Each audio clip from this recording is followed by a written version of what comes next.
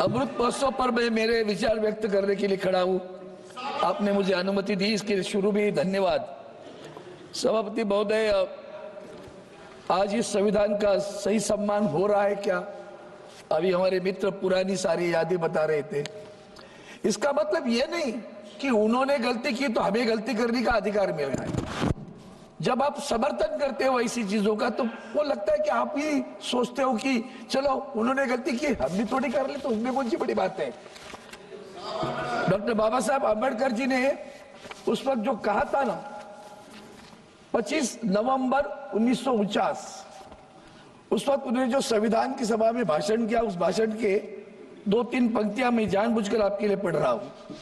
संविधान चाहे जितना भी अच्छा हो, यदि उसे कार्यान्वित करने वाले लोग बुरे हैं तो निस्संदेह बुरा हो जाता है।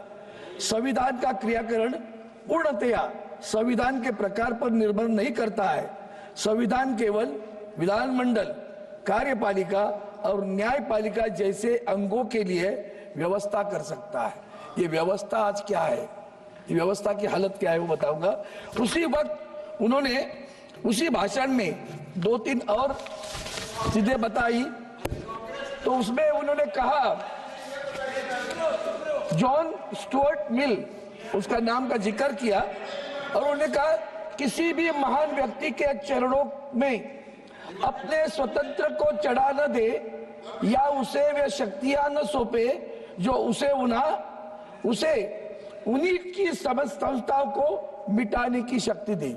दोबारा सुन लो सर, किसी भी महान व्यक्ति के चरणों में अपने स्वातंत्र को चढ़ा न दे या उसे वे शक्तियां न दे सौंपे जो उसे उन्हीं की संस्थाओं को मिटाने की शक्ति देते हैं।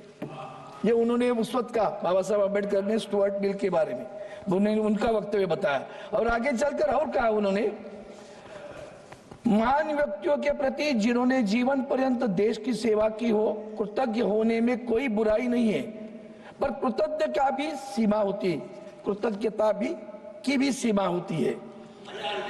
आयरलैंड के देशभक्त डोनियल ओ कनेल ने उस विषय में यह ठीक वो कहा है, अपने सम्मान को खोकर, यह सबसे बड़ा वक्तव्य है, अपने सम्मान को खोकर कोई पुरुष कृतज्ञ नहीं हो सकता, अपने सतीत्व को खोकर कोई स्त्री कृतज्ञ नहीं हो सकती और अपने स्वातंत्र को खोकर कोई राष्ट्र कृतज्ञ नहीं हो सकता।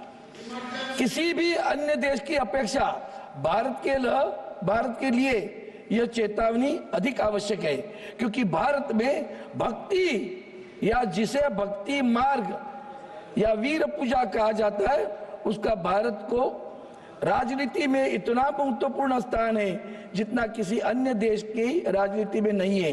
धर्म में भक्ति आत्ममोक्ष का मार्ग हो सकता है, पर राजनीति में भक्ति या पूजा पतन तथा अंततः तानाशाही का एक निश्चित मार्ग है। समझने वाले को इशारा काफी है। अभी आजकल अंध भक्तों की जो है ना, उनके लिए बड़ा ये मसला है। ये वाक्य बहुत महत्वपूर्ण है। सभापति महोदय, मैं उसके लेकर आगे चलता हूँ, आगे चलकर बताता हूँ। आता हूँ।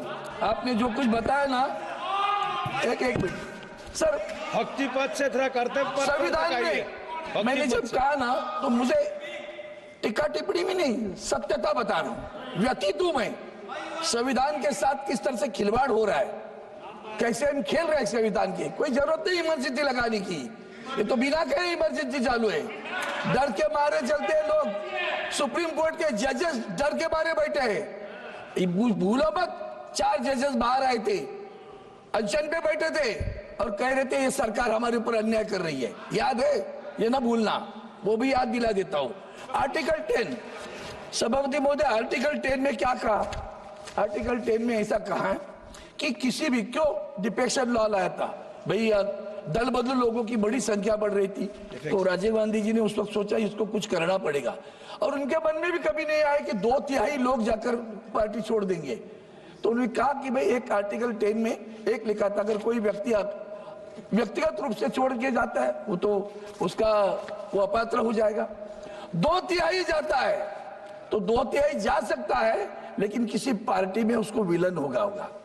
हमारे महाराष्ट्र में 2/3 लोग तो गए नहीं, पहले तो बहुत कम गए, फिर आगे चलते रहे, ये सब चलता रहा, 2/3 लोग हो गए, आखिर में मर्जर नहीं हुए। संविधान की आर्टिकल 10 की धज्जी कौन उड़ा रहा है? धज्जी शब्द बोल रहे थे हर बार, धज्जी कौन उड़ा रहा है आर्टिकल 10 की? सुप्रीम कोर्ट के जज को हिम्मत नहीं हुई सर।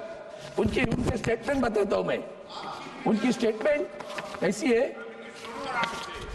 रुको मैं चीफ जस्टिस ऑफ इंडिया की स्टेटमेंट बताता हूं। उनका कहना है, CJI Chandrachud highlighted that if the disqualification proceedings against the Shinde faction are not carried out, the entire goal of the 10th schedule will be defeated. Who says it? Supreme court के जज चंद्रचूड़ साहब। उसके आगे क्या कहते हैं और भी कहता हूं, the governor cannot impart legitimacy to a defecting faction of a political party by enabling them to form a government through unconstitutional means. संविधान मना रहे हम, सम्मान।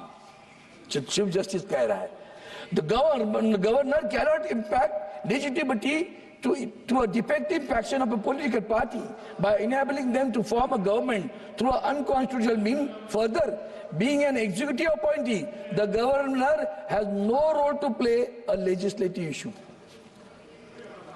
नवाब रेबिया केस में हुआ था, वहां न्याय मिला, यहां नहीं मिला। महाराष्ट्र की जो चुनाव की नींव है ना, वो यहां से शुरू हुई है। The governor cannot direct the house of the legislature to hold a floor test. Instead, members of the house must move a motion of no confidence. Members defecting from a political party cannot escape the consequences of the defection merely on the technicality. The purpose of the 10th schedule preventing the constitutional sin of defection must be fulfilled. Who said it? The Chief Justice of the India. हुआ क्या महाराष्ट्र में, क्या हुआ आप ही बताओ, सब जानते हो। संविधान का आदर्श रखा गया क्या? सर सबसे बड़ी बात है कार्यकाल की बात है। अभी जब यह केस दाखिल हुआ तो जो सरकार वहां असंवैधानिक रूप से बिठाई थी उसको काम करने दे दिया, सब unconstitutional. He made stricture number of strictures he made, this is unconstitutional, this is unconstitutional, but giving oath is a constitutional. The chief minister was given a oath and then the government functioned. अब government चालू हुआ, case का निर्णय कब लगना चाहिए? 2-2.5 वर्ष के समय में, जब तक उनका कार्यकाल नहीं समाप्त होता है तब तक लगना चाहिए, नहीं लगा। उन्होंने स्पीकर को भेज दिया। स्पीकर किसका था? क्या निर्णय दिया? ना इनको डिस्क्वालीफाई किया ना उनको डिस्क्वालीफाई किया। सुप्रीम कोर्ट के निर्णय का क्या हुआ? कहाँ है संविधान? कहाँ है उसका सम्मान? कहाँ है उसका आदर भाव? कहाँ है डॉक्टर बाबा साहेब आंबेडकर जी का आदर भाव? आदर भाव नहीं है सभापति महोदय। सभापति महोदय, गवर्नर साहब, ये इनका जो गवर्नर साहब के बारे में भी बताओ, तो संविधान की बात करते हो। अब हम देख रहे बिल पास किए जाते हैं। हमारे महाराष्ट्र में आदरणीय उद्धव जी ठाकरे साहब मुख्यमंत्री थे, तब एक बिल पास किया, वो मुंबई के चालों के बारे में 50-500 स्क्वायर फुट के लिए नो प्रॉपर्टी टैक्स करके था। बिल पास हुआ, विधानसभा में हुआ, विधान परिषद में हुआ, राज्यपाल ने साइन की, यहां पड़ा राष्ट्रपति महोदय के पास। तब तक नहीं मंजूर हुआ जब तक वहां सरकार नहीं गिरी। सब जिस दिन उद्धव जी ठाकरे साहब मुख्यमंत्री पद से गए उसके 8 दिन के अंदर महामहिम राष्ट्रपति के अंतिम दिनों में उसके ऊपर स्वाक्षरी हुई। संविधान का सम्मान। शक्ति कायदा कानून पास किया है, शक्ति कानून नारियों के लिए, पढ़ा है अभी भी, विधानसभा में पास हुआ, विधान परिषद में पास हुआ, महामहिम राज्यपाल ने स्वाक्षरी की, अब पढ़ा है। यह बिल पास करने के बाद कितने दिन, मतलब कितने महीने राज्यपाल रख सकते? तमिलनाडु के लोग भुगत रहे, वो हम भी भुगत रहे, हमने देखा है। कोई पाबंदी है? मन मर्जी नॉमिनेशन होते 12, जैसे यहां भी होते। राज्यसभा में महामहिम राष्ट्रपति के अनुसार 12 लोगों को